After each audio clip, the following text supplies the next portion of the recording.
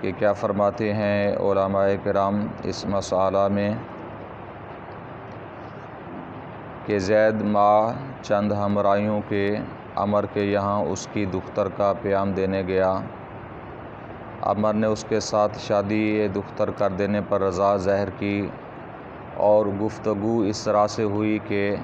ہم نے اپنی بچی کا رشتہ آپ کو دیا۔ زید نے کہا کہ جی ہم نے قبول کیا۔ تو کچھ عرصے کے بعد کسی اور جگہ اس بچی کا والد اس کا نکاح کرنا چاہتا ہے، تو آیا اس میں شرعی حکم کیا ہے کہ باہم ایک دوسرے کا ایجاب اور قبول کرنا، یعنی زید کی طرف پیغام نکاح دینا اور عمر کی طرف سے اپنی بچی کے لیے اسے منظور کرنا، یہ نکاح شمار ہوگا یا صرف منگنی ہوگی؟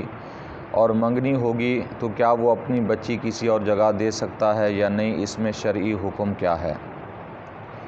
تو آپ علیہ رحمہ نے جواب ارشاد فرمایا کہ صورت مستفسرہ میں اگرچہ مخطوب منہ کا اپنے اقرار سے پھرنا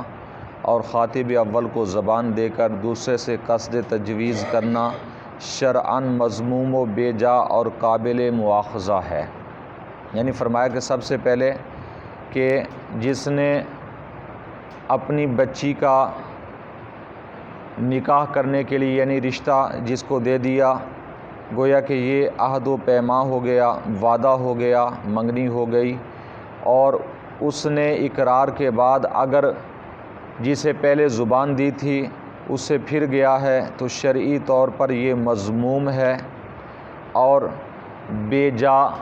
قابل مواخذہ ہے کہ اس پر گرفت ہوگی، گناہ ہوگا، اللہ تبارک و تعالیٰ اس کی گرفت فرمائے گا۔ ایسا کرنا جائز تو نہیں ہے۔ ہاں فرمایا کہ شرعی طور پر بہرحال یہ ہے کہ اس کا نکاح جو ہے وہ آگے کر سکتا ہے، کیونکہ یہ نکاح نہیں ہوا تھا، یہ منگنی ہی سمجھ رہے تھے، تو منگنی ہی ہے۔ نکاح اس وقت ہوگا کہ جب لوگ اسے نکاح سمجھیں اور اس کے ساتھ پھر نکاح کے دیگر جو احکام ہیں جیسا کہ خطبہ وغیرہ بھی پڑھا جائے اور نکاح کیا جائے تو پھر نکاح ہوگا۔ ویسے ہی بات کی کہ جی ہم نے آپ سے رشتہ مانگا ہے تو سامنے والوں نے کہا جی ہم نے قبول کیا ہے، تو اس طرح سے نکاح نہیں ہوگا، یہ صرف منگنی ہی کہلائے گی۔ اور ساتھ ہی فرمایا کہ منگنی کے اندر بھی جو نبی کریم صلی اللہ علیہ وسلم کا فرمان اقدس ہے کہ آپ علیہ الصلوۃ والسلام نے ارشاد فرمایا نہا عن صومی علی صومی اخی والخطبتی علی خطبتی اخی۔ نبی کریم صلی اللہ تعالیٰ علیہ وسلم نے اپنے مسلمان بھائی کے سودے پر سودا کرنے سے منع کیا ہے، اور آپ علیہ الصلوۃ والسلام نے اس سے بھی منع کیا ہے کہ کوئی کسی کو پیغام نکاح دینے کے بعد پیغام نکاح دے۔ کسی کے پیغام نکاح پر پیغام نکاح دینے سے بھی آپ علیہ الصلوۃ والسلام نے منع فرمایا، اور کسی بے ہو جانے پر، کسی کے سودا ہو جانے پر اس پر جا کر سودا کرنا، اس سے بھی آپ علیہ الصلوۃ والسلام نے منع فرمایا۔ یہ دونوں چیزیں غلط ہیں۔ اب اگرچہ کوئی جان بوجھ کر جا کر کسی سے رشتہ اس لیے مانگتا ہے کہ فلاں نے مانگا ہے انہیں نہ دیں ہمیں دیں، یہ رشتہ ہمیں ملے ان کو نہ ملے، تو شرعی طور پر یہ قابل مواخذہ ہے۔ اس میں دونوں گناہ گار ہیں، بچی والے بھی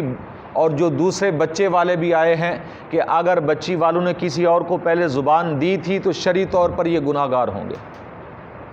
کہ اب اگر یہ کسی دوسری جگہ پر اپنی بچی کا رشتہ دے دیتے ہیں تو شرعی طور پر مجرم ہے۔ نبی کریم صلی اللہ علیہ وسلم نے اس سے منع فرمایا، اور سامنے والے یعنی جو مانگنے والے ہیں ان کو بھی آپ علیہ الصلوۃ والسلام نے منع فرمایا کہ جب انہیں علم ہو کہ فلاں بچی کا رشتہ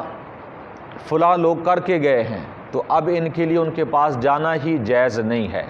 پیغام نکاح پر پیغام نکاح دینا جائز نہیں شرعی طور پر، جب تک کہ اس کا کوئی اس کی صورتحال نہ نکل آئے۔ تو اس پر یہ ہمارے ہاں بہت ساری چیزیں یہ بلکہ پائی جاتی ہیں، بہت زیادہ آج کل زمانے کے اندر پائی جاتی ہیں، کہ کسی کے سودے پر سودا کرنا،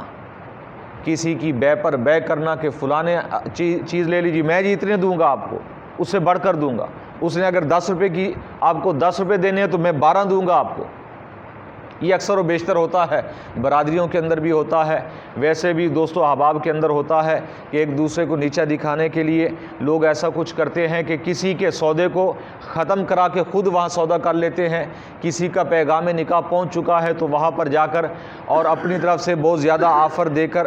کیا کرتے ہیں کہ ان کا پیغام نکاح ٹھکروا کے خود جو ہے وہاں سے رشتہ کر لیتے ہیں۔ شرعی طور پر یہ چیزیں ناجائز ہیں، غلط ہیں، اللہ رسول اس میں راضی نہیں ہیں۔ ایسا کرنا یہ مسلمانوں کے حقوق کے خلاف ہے اور قابل مذمت ہے اور شرعی طور پر مواخذے کا باعث ہے۔ یعنی اللہ تبارک و تعالی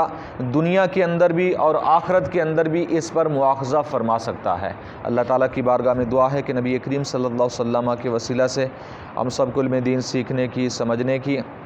عمل کی توفیق عطا فرمائے۔ آمین بجاہ النبی الامین۔